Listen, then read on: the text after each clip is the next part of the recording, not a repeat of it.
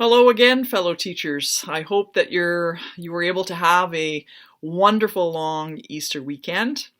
Last Friday, the Premier announced that schools could be open before May the 4th. And on that same day, there was an administrative order put in place allowing employees of the school board and CEGEP to be redeployed to the health sector.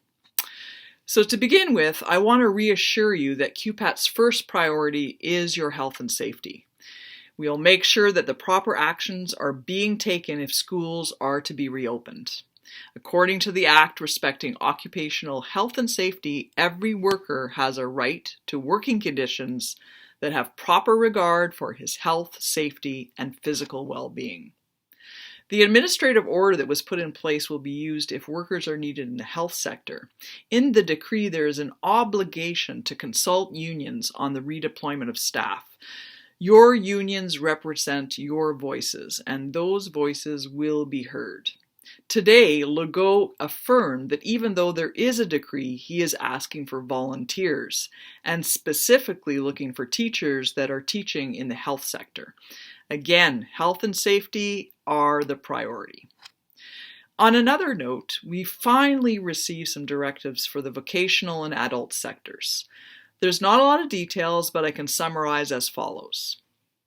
School boards are asked to offer non-obligatory distance learning for both adult and vocational students, and they will have until April the 27th to put something in place. Ministry exams for adult education have been postponed until the Ministry of Health allows for the reopening of schools and centers. Exams will be rescheduled and be preceded by a revision period.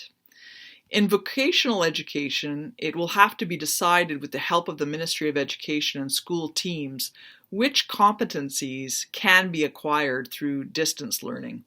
And if distance learning is impossible, the professional judgment of teachers will come into play in deciding the acquisition of competencies.